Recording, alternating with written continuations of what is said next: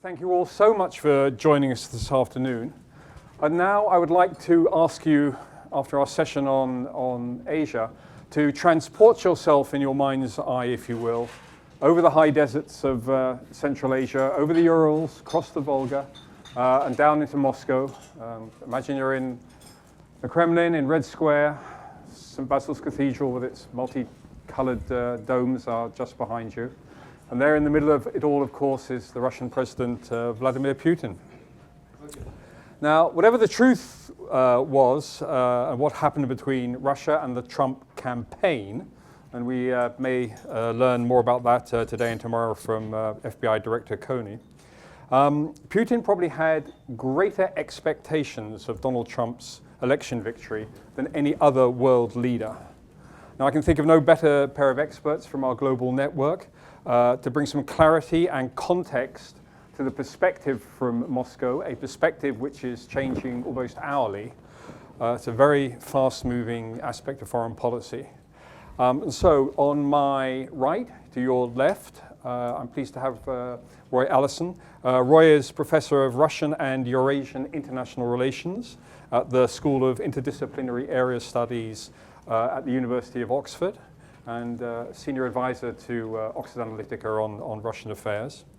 And to my left is Matthew Rodzinski, who directs the Kennan Institute at the Woodrow Wilson Center here in DC. And you'll find fuller details of both distinguished careers and their scholarship in your brochures. I will ask each of them to make some short introductory remarks. We'll very much follow the pattern of the previous session. We will try and calibrate the lenses through which Moscow is looking at Washington, and then we'll broaden the discussion and get to questions from the floor. So I suspect we are going to have a great number of them. I've asked them to couch their introductory remarks in terms of what were the expectations in Moscow on that lightly raining but probably triumphal morning on the day after the election of Trump, and now 100 days into the Trump presidency, how those expectations have changed. So with further ado, I think I will ask Roy, if he would, to start us off and maybe set up the background to the expectations. Roy, please. Thank you very much, Paul, and I'm delighted to be here to share views on this controversial area. I had a quick word with Matthew beforehand about the batting order, and I was in Moscow just a few weeks ago and thought that I'd have some fresh reflections, but he told me that he's just come back 2 days ago.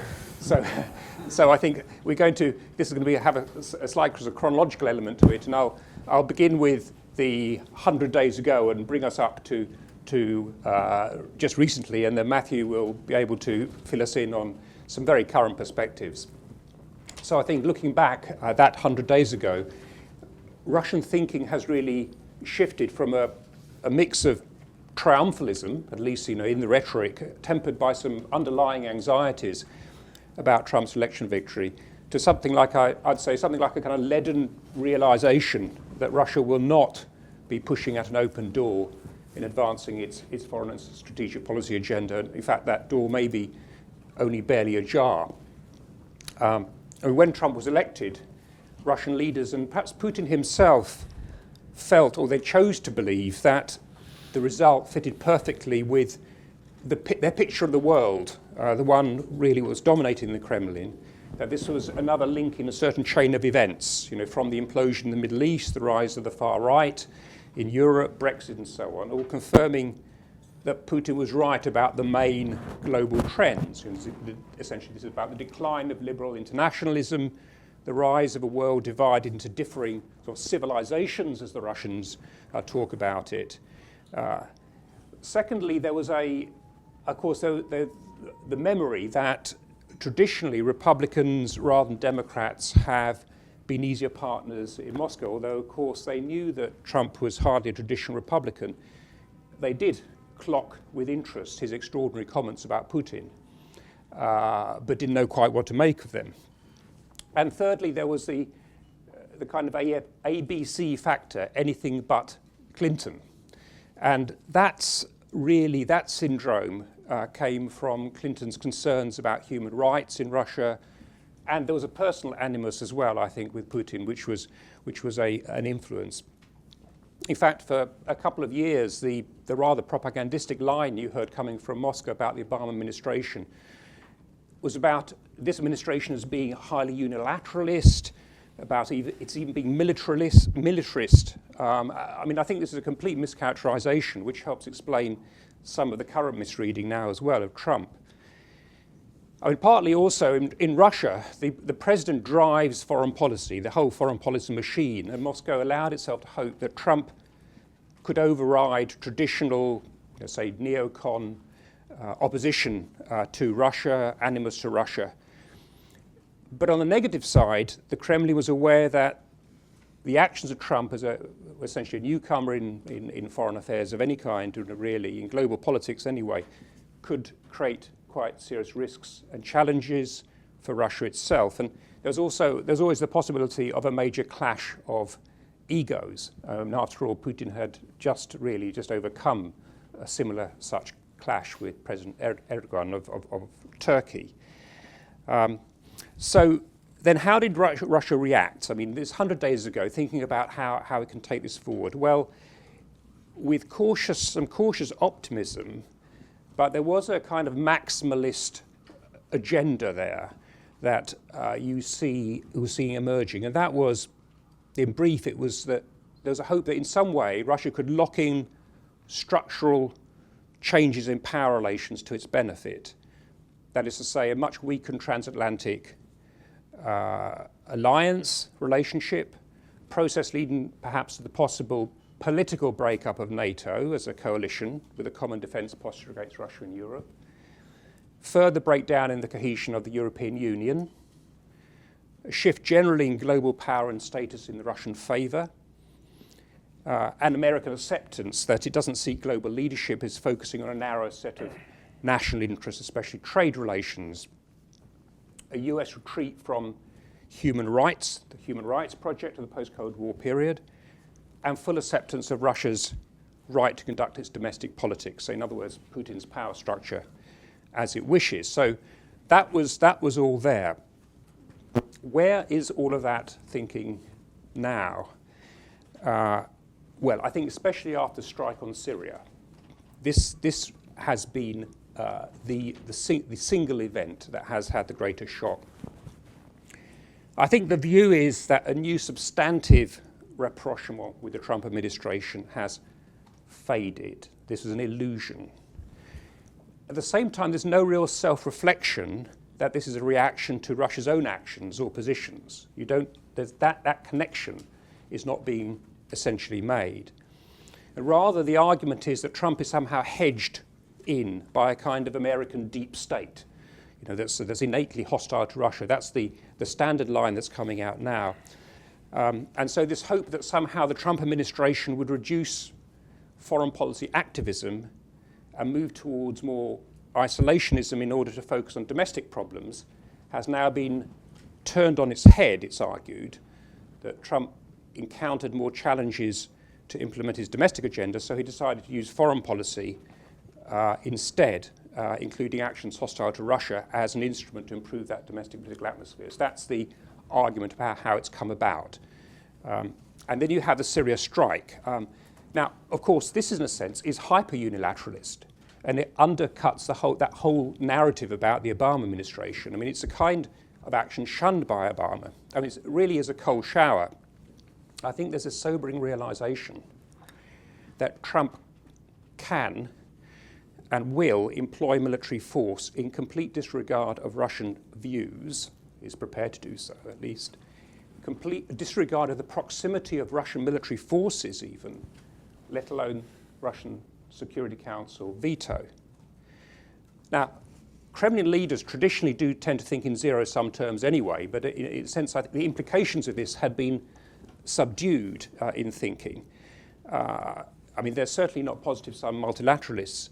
So Trump's promise to make America great again, alongside the increase in Pentagon funding, is now seen for what it is, directly challenging Russia's claim that it has an indispensable role in fact, an equal role to the US in many ways. It says, 2, addressing and resolving global security challenges. And that is the role that Putin cherishes and yearns for.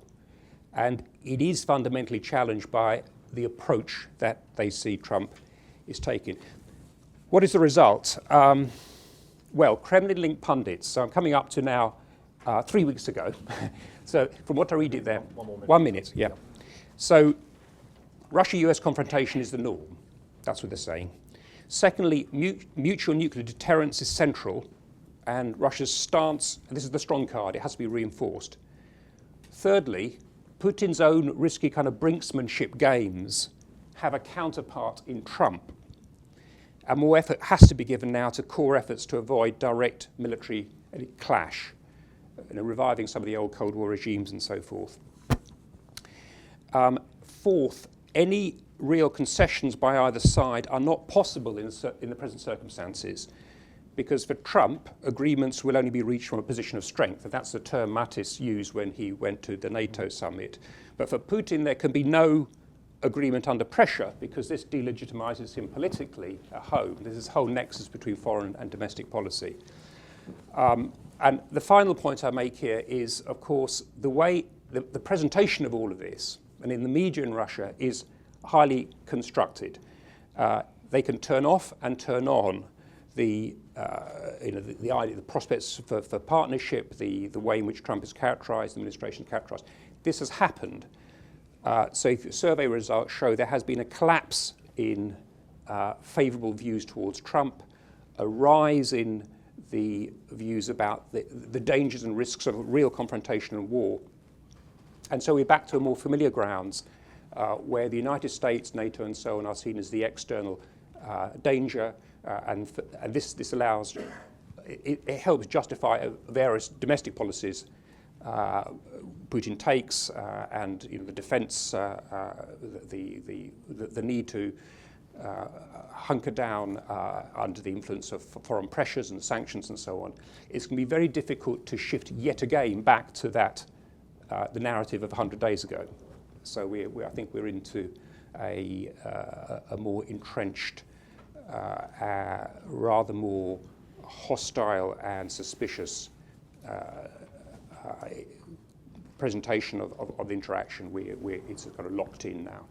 Thank you. That seems to be the perfect point to hand over to Matthew to pick up the narrative from here on in. Yeah. As Roy said, back from Moscow just at the beginning of this week. So. Right. So, Roy, that really, I think, sets up what I want to say perfectly.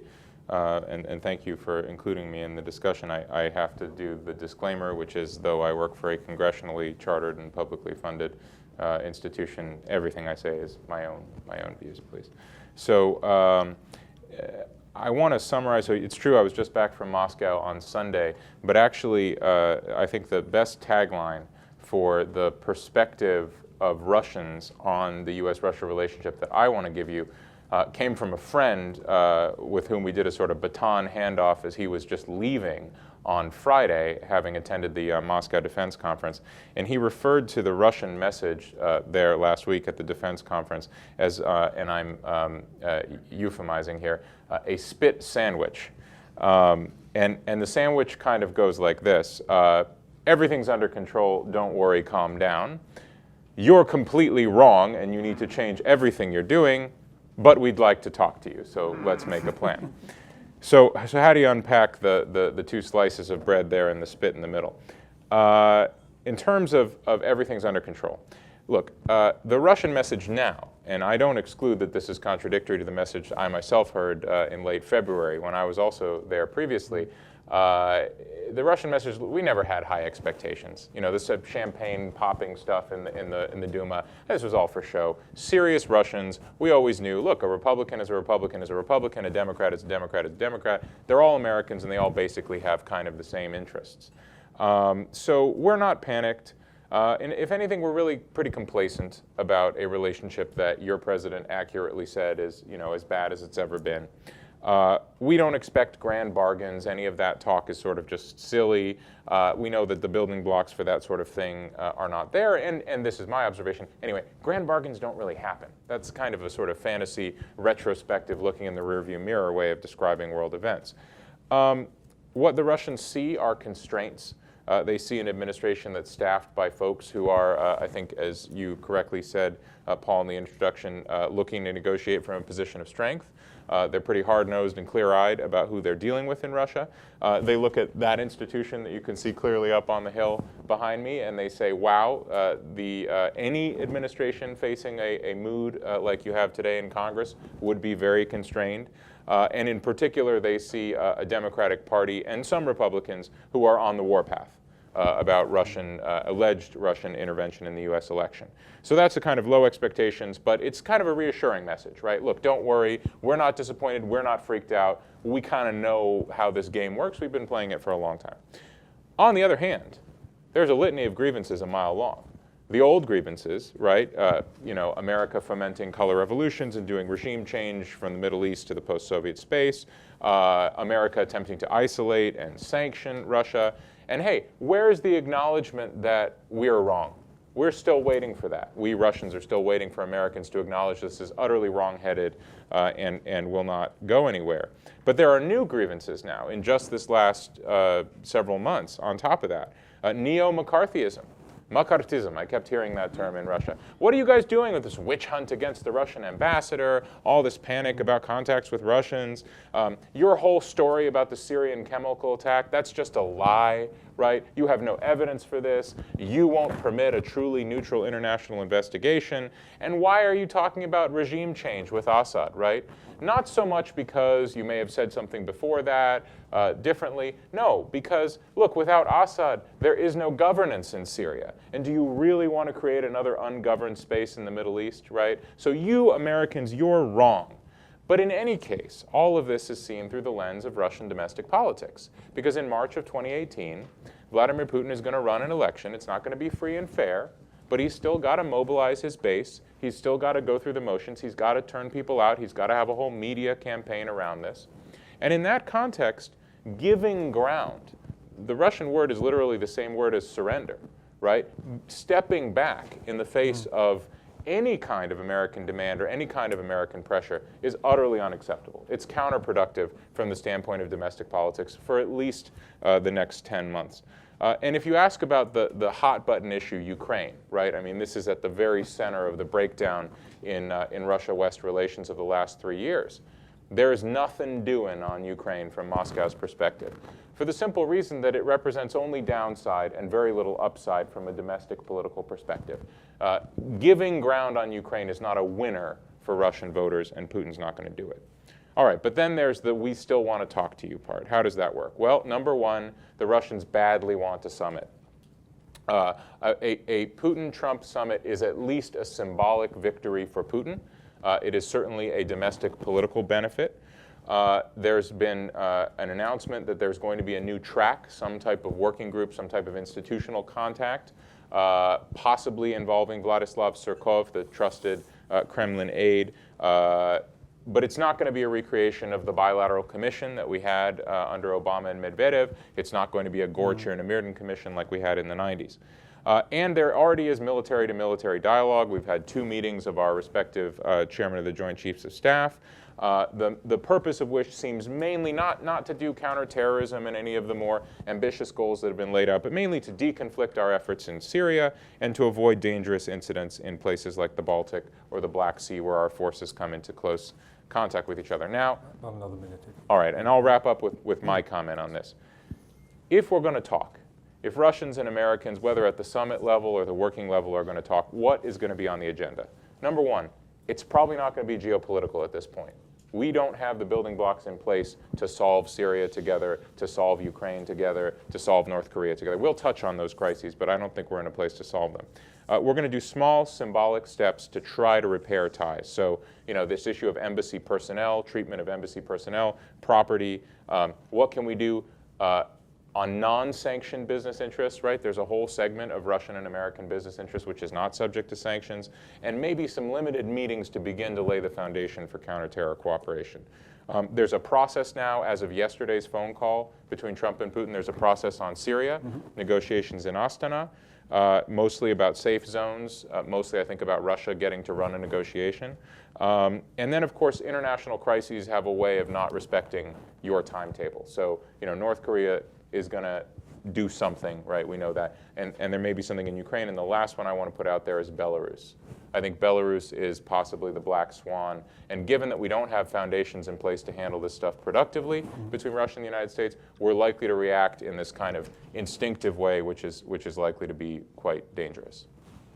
Lovely. Thank you very much. Let me perhaps go back to something, to start off, go back to something Roy said about this expectations of Putin on Trump breaking down. And so the question really is, why did Putin just misunderstand Trump? Did Trump change, or did Putin misunderstand the constraints on the office of the president? I think Putin was less. He didn't share that triumphalism, let's say, individually and personally. I mean, there was some quiet satisfaction. Clearly, he on the balance of things, he saw the potential upside of the Trump victory as offsetting the risks I mentioned, which were understood to be there. But I think that this allowed him to just avoid seeing the obvious, which I think that with the potential, as I mentioned, the kind of the unilateralist potential of a Trump, from what he said before, was always greater there than. There's an understanding that Obama, if you're going to have a post-Obama Democrat administration, that represented something that was a known quantity. So it was in this sort of balance because of the hope that somehow behind the words, I mean, there was something, the narrative here the words coming out was something unheard of beforehand. And the belief that somehow that could impress itself on policy. And, in some ways you could see that, they could see that in the reality under Obama was that he was cautious on Syria. I mean, he was pressing back against quite strong suggestions to provide arms in Ukraine and to perhaps in some way try and work towards those safe zones in Syria, in northern Syria. So perhaps, that showed the president, the office of the president counted. So the words of Trump counted in that sense. But I mean, despite that, I think that there was just a sort of miscalculation. There's some miscalculation, belief that I think perhaps in a sense of hubris, because it had been some years really since American power had been seen as a significant constraint on Russia pushing out, in a sense, testing the limits of its power projection. There hadn't really been that kind of occasion, and along with a consistent narrative about the way in which the world was shifting, the power relations were relatively shifting, the rise of the non-West, Russia developing some kind of substantial security rapport with China, which actually is we can doubt that. All of this, I think, had led to the world was being seen filtered through certain lenses. That's the problem, from rather than seeing it as it was, and that I think that continues to be a problem in this sort of sense, looking through certain lenses without which are the decision making in Russia as well is a problem. Who brings significant alternative policy options to Putin? Well, that's perhaps a question that Matthew could help us with. I mean, is there a unified view in Russia? Are those three vectors that you outlined reflective of differing views amongst the elite, or is it all Putin or all unity? Boy, I mean, that is the $64 million analytical question in this town. And all you get here is a glass of water. I'm sorry. I'm of a mind, so one thing constitutionally I refuse to do is I don't read Putin's mind. There might be some people who can do it. I don't know what their track record is. Mine, when I've tried to do it, is null, so I don't do it.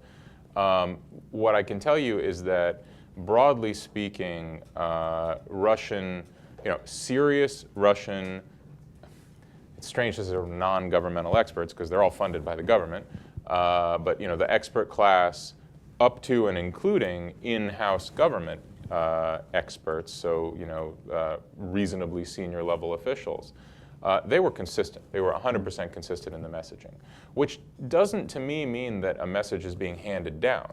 I think it's a reflection of where Russians see their interests right now. I think they see their interests in being, if they can be, re-accepted at the high table of international affairs, having been summarily booted from it about 3 years ago. I think that is where, number one, they feel their interests lie. I think, quite frankly, I tend to discount the narrative that says, Syria is this absolutely vital beachhead for Russia in the Middle East. That may be true as far as it goes, but I think Syria is largely instrumental in a kind of bigger process, diplomatic, political goal of being accepted back into the sort of, grudgingly if necessary, into the club of leading sort of power allocating nations in the world. And so that is their overriding purpose now. But that is filtered through this domestic politics lens that runs at least through March of next year. And I should note, by the way, so this is as far as I'll go with Kremlinology, what we're going to have to watch very carefully is that, look, Vladimir Putin is by no means old, but in political calendar terms, he's old. This is his 4th term. He has systematically undercut almost every plausible successor, up to and including Medvedev, who most recently, you all may have seen, was taken down by this viral video demonstrating, with evidence that could only have been provided from the inside, this just massive corruption. Not a speck of which reflected on Putin, right? So that suggests where that operation may have originated. He's going to have to come up with a successor to Medvedev, who is nominally his own successor, right? I mean, if Putin, had a heart attack tomorrow, well, Medvedev would constitutionally be the president. So I would watch that very, very closely. And at the end of the day, all foreign policy is domestic politics. Yeah. And so I think what plays well in that narrative is going to be of central concern to Russia in the U.S.-Russia relationship and beyond.